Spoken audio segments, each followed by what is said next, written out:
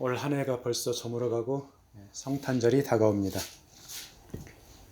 작년 이맘때는 코로나 팬데믹 때문에 토론토 시내가 많이 조용했죠. 아직 코로나가 잡히지는 않았고 코로나 변종이 활기를 치고 있지만 작년에 비해서 올해는 많이 훨씬 북적거립니다.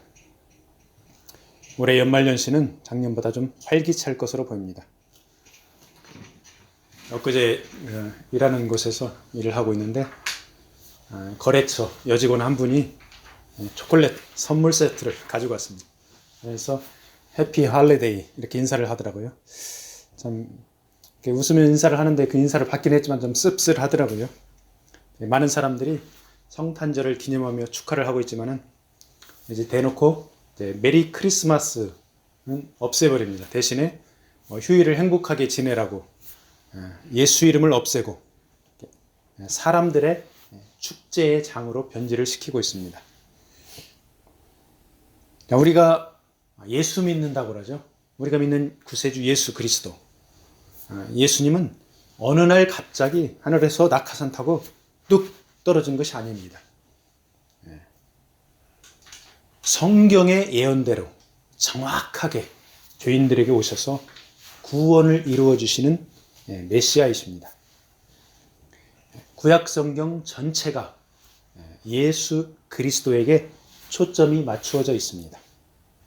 주님의 오심을 예언했고 정확하게 성취되었습니다. 그리고 예수님께서 탄생하기 바로 직전에 그 길을 예비한 분이 있는데 그분이 바로 세례 요한입니다. 세례 요한이 주님의 길을 예비한다는 내용은 구약 성경에 예언되어 있습니다. 그 예언의 말씀대로 정확하게 주님의 길을 예비하고 높여드렸습니다. 오늘은 세례 요한의 생애를 간략히 살펴보면서 그가 어떻게 예수님의 길을 예비하고 높여드렸는지 말씀을 나누도록 하겠습니다. 세례 요한의 아버지 누구죠? 누가복음 1장에 나와 있습니다. 제사장 사가랴입니다. 어머니 엘리사벳은 아론의 자손입니다. 누가복음 1장 6절에 보면은 세례 요한의 부모를 의인이라고 이렇게 표현하고 있습니다. 1장 6절 이 두 사람이 하나님 앞에 의인이니 주의 모든 계명과 규례대로 흠이 없이 행하더라. 세례 요한의 부모는 하나님 앞에서 계명과 규례를 지키며 의롭게 살아가고 있었는데 이들에게 일생일대의 기도 제목이 하나 있었습니다. 나이가 많아져 가는데 늙어가는데 자식이 없습니다. 그래서 하나님께 자식 달라고 간절히 기도를 했습니다.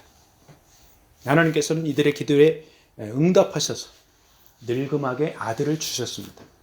그가 바로 세례 요한입니다.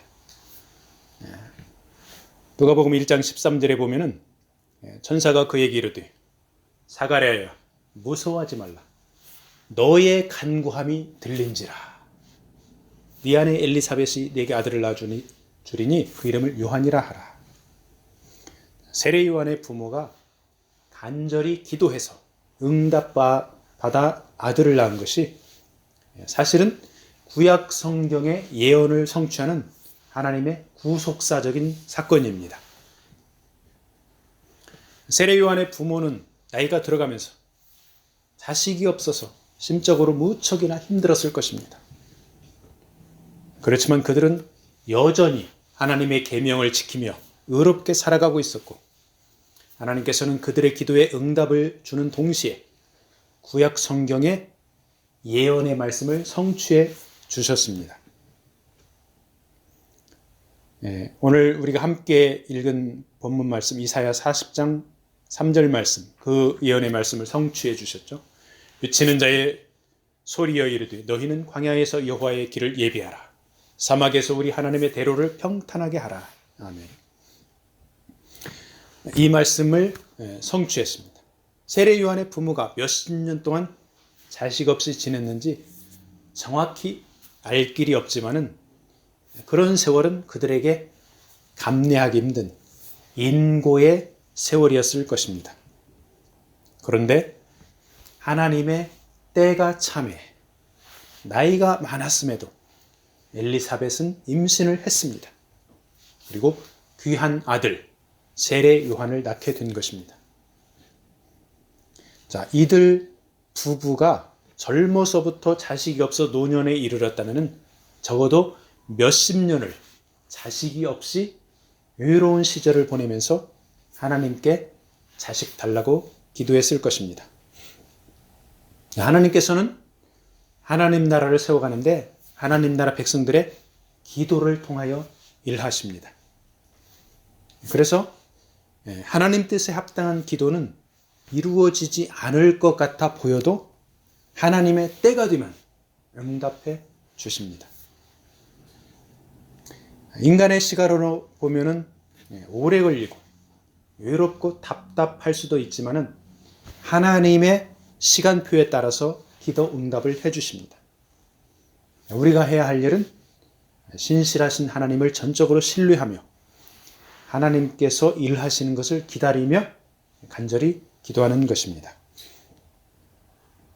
세례 요한의 아버지 사가랴는 성전에서 제사장의 직무를 수행하는 중에 성소에서 분향하는 시간에 향단 우편에 선 천사를 만났습니다.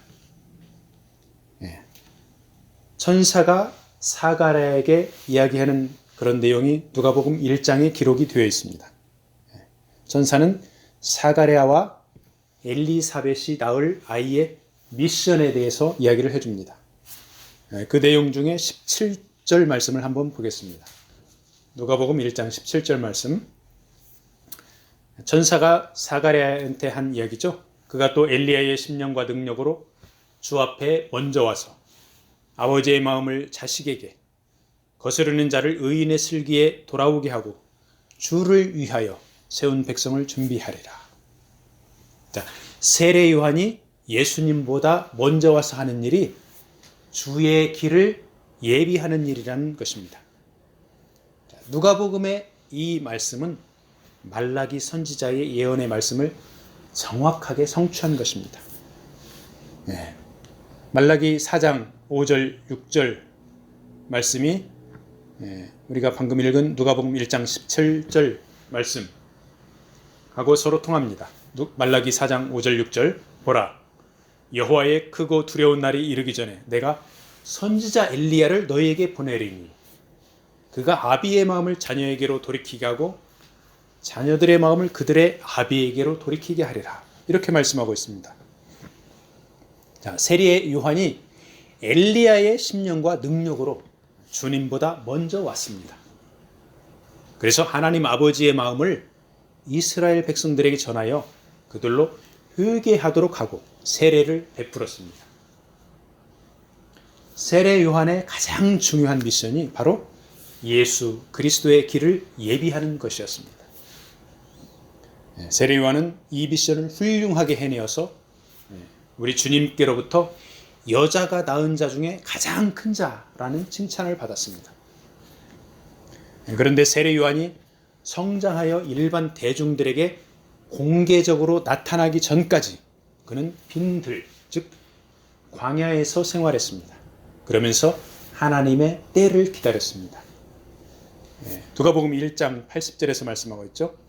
아이가 자라며 심령이 강하여지며 이스라엘에게 나타나는 날까지 빈들에 있으니라.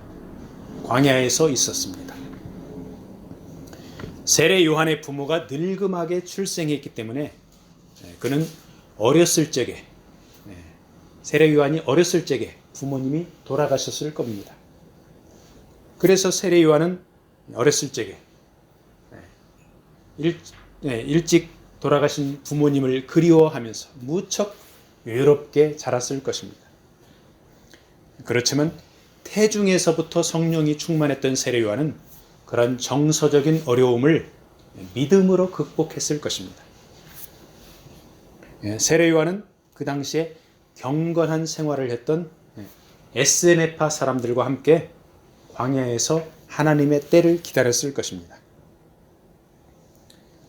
그 당시 유대 땅은 로마 제국의 식민 지배를 받고 있었습니다. 그리고 헤롯이 분봉 왕으로 통치하고 있었습니다. 그 당시 종교 지도자들급이었던 바리새인들, 사두개인들, 그 사람들은 위선적인 행태로 부패한 종교 지도자들의 모습을 보여주었고, 일반 백성들은 군인들에게 그리고 세리들에게 수탈을 당하며 학대를 당하며 고된 삶을 살고 있었습니다. 우리나라 사람들이 일제 식민 치하에서 아주 힘들게 살았었죠. 그렇게 비참하게 이 유대 백성들도 살아가고 있었습니다. 이렇게 사회적으로 힘든 시기에 에스에네파 사람들은 세상을 등지고 광야에서 경건하게 살면서 하나님께 대한 믿음을 지키려고 애를 썼습니다.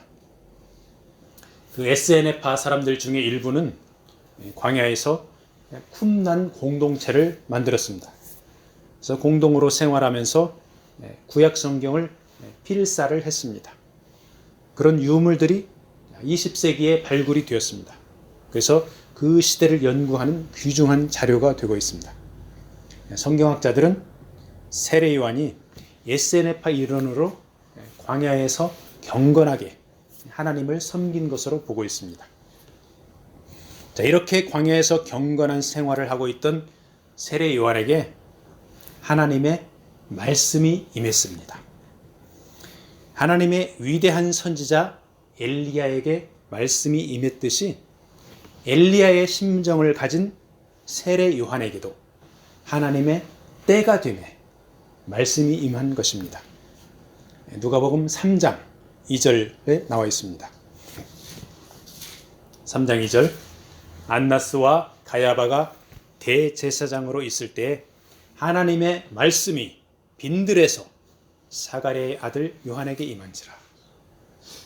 자, 그 당시 부패한 종교 지도자 안나스와 가야바의 대제사장 시절에 광야에 있던 세례 요한에게 하나님의 말씀이 임한 것입니다. 가야바는 당시 대제사장이었습니다. 안나스는 가야바의 장인으로 직전 대제사장이었습니다. 그래서 안나스가 사위 가야바에게 대제사장 자리를 물려주었습니다. 그러니까 부패한 종교 권력자들이 자기네 집안 가족들끼리 세습을 한 것입니다. 당연히 하나님의 말씀은 타락한 이 종교 지도자들에게 임하지 않았습니다. 광야에서 경건하게 하나님을 갈망하던 세례 요한에게 하나님의 말씀이 임했습니다. 외롭고 힘들었을 광야 생활을 세례 요한이 몇십 년 했는지 우리는 알 수가 없습니다. 그런데 하나님께서는 때가 되니까 광야에서 세례 요한에게 말씀을 주셨습니다. 세례 요한의 미션인 주님의 길을 예비하는 메시지를 세례 요한은 충실하게 선포를 합니다.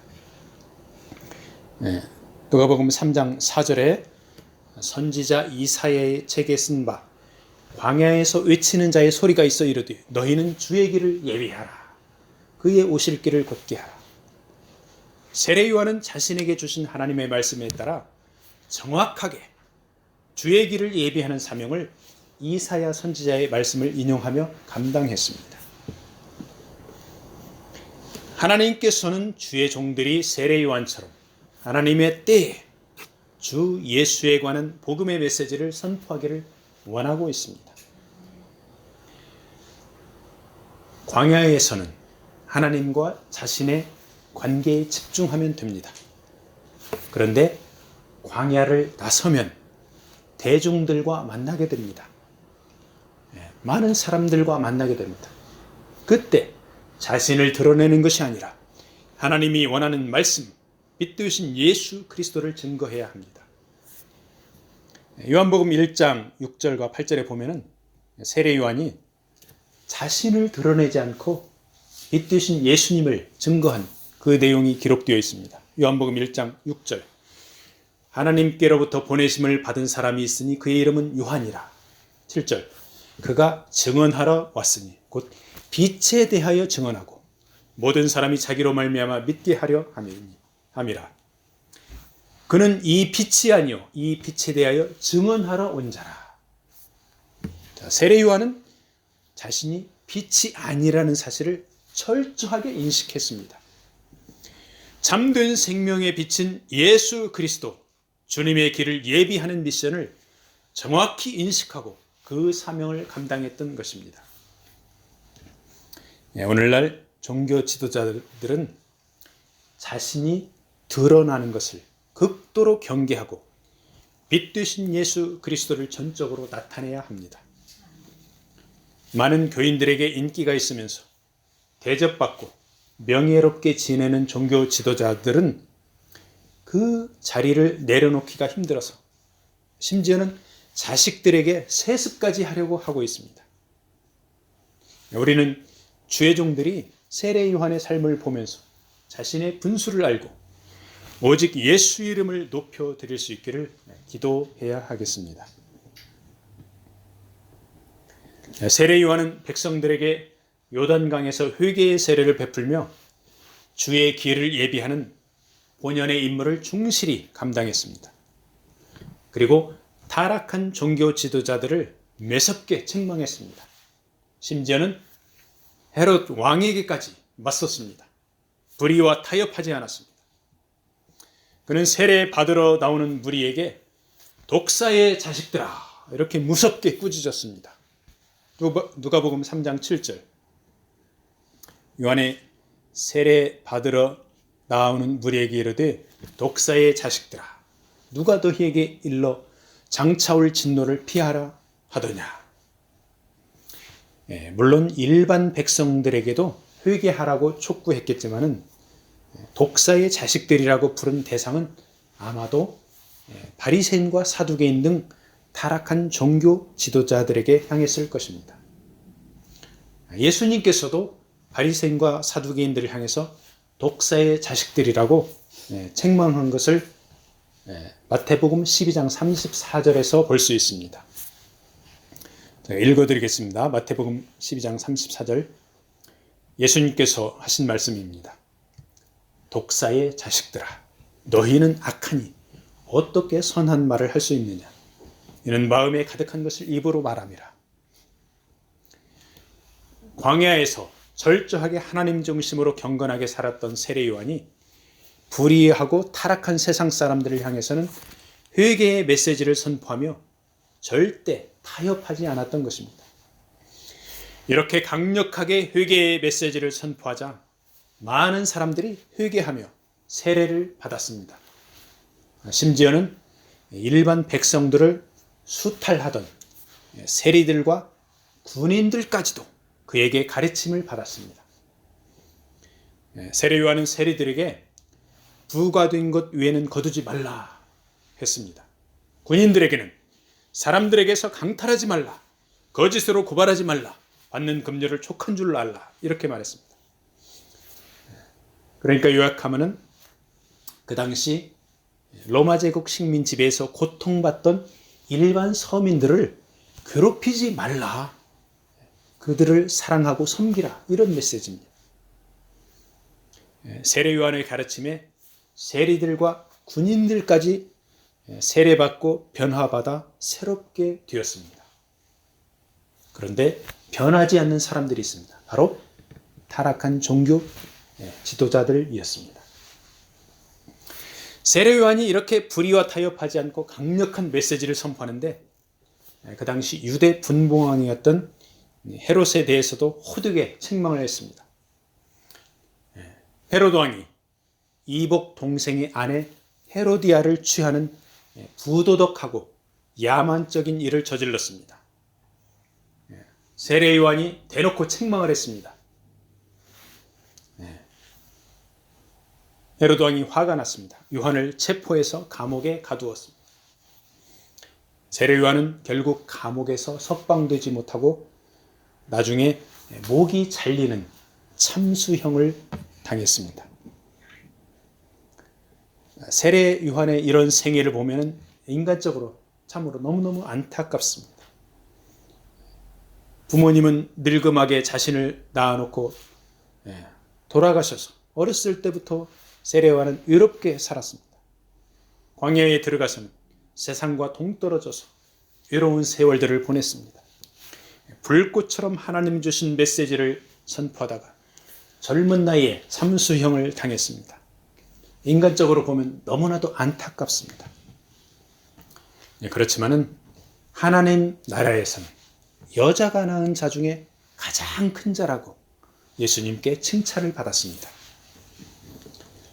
그래서 우리 하나님의 자녀들은 세상의 권력이나 세상 사람들이 나를 어떻게 대하는가 보다 하나님 나라에서 어떻게 인정을 받는가에 더 큰 관심을 가져야 하겠습니다. 예수님께서 여자가 낳은 자 중에 요한보다 큰 자가 없도다 이렇게 말씀하셨는데, 그것은 세례 요한이 주님 앞에서 그 길을 예비했기 때문이라고 할 수 있습니다. 세례 요한은 자신에게 세례받기 위해 오던 예수님을 향해서 보라, 세상 죄를 지고 가는 하나님의 어린 양이로다 이렇게 직접적으로 선포했습니다. 예수께서 죄인들을 위해 피 흘리며 죽어갈 유월절 어린 양이라는 것을 알았던 것이고, 그 주님의 길을 자신이 준비하는 것이라는 것 명확하게 인식했던 것입니다. 세례 요한은 예수께서 하나님의 아들이라고 또한 선포합니다. 요한복음 1장 34절, 내가 보고 그가 하나님의 아들이심을 증언하였노라. 세례 요한은 예수님에게 세례를 베풀어서 예수님께서 이스라엘 모든 백성들에게 드러나도록 그렇게 사역을 감당했습니다. 예수께서 세례를 받을 때 성령이 비둘기같이 하늘로부터 내려와서 예수님 위에 임하는 것을 세례 요한은 목격을 했습니다. 요한복음 1장 32절, 요한이 또 증언하여 가로되 내가 보매 성령이 비둘기같이 하늘로부터 내려와서 그 위에 머물렀더라. 자, 이렇게 세례 요한은 자신이 직접 성자 예수님에게 세례를 베풀었습니다. 성령 하나님이 성자 예수님에게 임하는 것을 목격했습니다. 예수께서 성부 하나님의 아들이라는 것을 선포했습니다. 세례 요한은 예수님께 세례를 베풀면서 삼위일체 하나님의 영광을 목격한 것입니다. 그래서 인간으로서 최고의 영예를 누렸습니다. 인간이 할 가장 중요한 사명을 하나님께로부터 받아 그 사명을 감당했습니다. 그래서 예수께서는 세례 요한을 여자가 낳은 자 중에 가장 큰 자라고 했을 것입니다. 세례 요한은 광야에서 회개의 세례를 베풀며 따르는 제자들도 상당히 있었습니다. 그런데 예수께 세례를 베풀고 이제 예수께서 공생애를 시작하자 일반 백성들은 물론 세례 요한의 제자들까지도 많은 사람들이 예수님께로 몰려갔습니다. 그런데 세례 요한의 반응이 특이합니다. 세례 요한은 기뻐합니다. 요한복음 3장 28절 29절에 보면은 세례 요한은 자신은 그리스도가 아니요 그의 앞에 보내심을 받은 자라고 하면서 기쁨이 충만하다고 말합니다. 그러면서 세례 요한은 오직 예수님만이 흥하기를 바랍니다. 요한복음 3장 30절, 그는 흥하여야 하겠고 나는 쇠하여야 하리라 합니다. 세례 요한의 가장 위대한 점을 이 말씀에서 볼 수 있습니다. 자신의 가장 중요한 미션인 주의 길을 예비하는 것을 한시도 잊은 적이 없었을 뿐 아니라 오직 예수 이름이 높아지기만을 소망했던 것입니다. 그래서 담대하게 메시지를 선포하며 불꽃처럼 살다가 감옥에서 참수형을 당했습니다. 그렇지만 그의 짧은 인생은 예수님을 주인공으로 높여드렸고 자신은 아름다운 조연으로 마감을 했습니다. 만왕의 왕이시고 만유의 통치자이신 예수께서는 세례 요한을 여자가 낳은 자 중에 가장 큰 자라고 높여주셨습니다. 요즘에 한국에서 자칭 예수라고 하는 사람들이 무려 60여 명이나 된다고 합니다. 미국에는 더 많습니다. 유럽에도 무지개 많습니다. 자, 이렇게 이단들이 판을 치는 것은 자신을 따르는 사람들이 많아서 교만해지기 때문입니다. 그 교만함에서 헤어나지 못하기 때문입니다. 세례 요한이 평생 자신을 낮추며 겸손하게 자신은 쇠하기를 바라며 오직 예수님만이 흥하기를 바라는 이 가르침을 따른다면 적어도 교만해서 이단이 되는 일은 없을 것입니다. 오늘 우리의 삶 가운데서도 예수님의 아름다운 조연으로 충분하다는 것을 믿으시기 바랍니다. 아멘. 말씀을 마무리하겠습니다. 세례 요한은 구약 성경의 예언에 따라서 하나님께로부터 보내심을 받은 선지자입니다. 주의 길을 예비하라고 하나님께 보냄을 받은 세례 요한은 하나님의 때가 차기까지 조용하고 경건하게 광야에서 외로운 생활을 했습니다. 오늘 우리 각자에게도 하나님이 예비한 때가 있습니다. 중요한 것은 하나님의 때를 기다리며 경건하고 친밀하게 포도나무 줄기인 주님께 붙어있는 것입니다. 불의와 죄에 대하여 매섭게 책망하는 세례 요한의 메시지를 들으며 우리는 정결한 마음을 달라고 정직한 영을 새롭게 하여 주시기를 기도해야 하겠습니다. 한편으로 오직 주님을 높여드리는 세례 요한의 삶을 보며 우리는 더욱 겸손하게 자신은 낮추고 주님을 높여드리며 이웃을 사랑으로 섬겨야 하겠습니다. 이번 성탄절 주간에 하나님의 영광을 간절히 사모하며 예수 향기를 드러내기를 축복합니다. 아멘.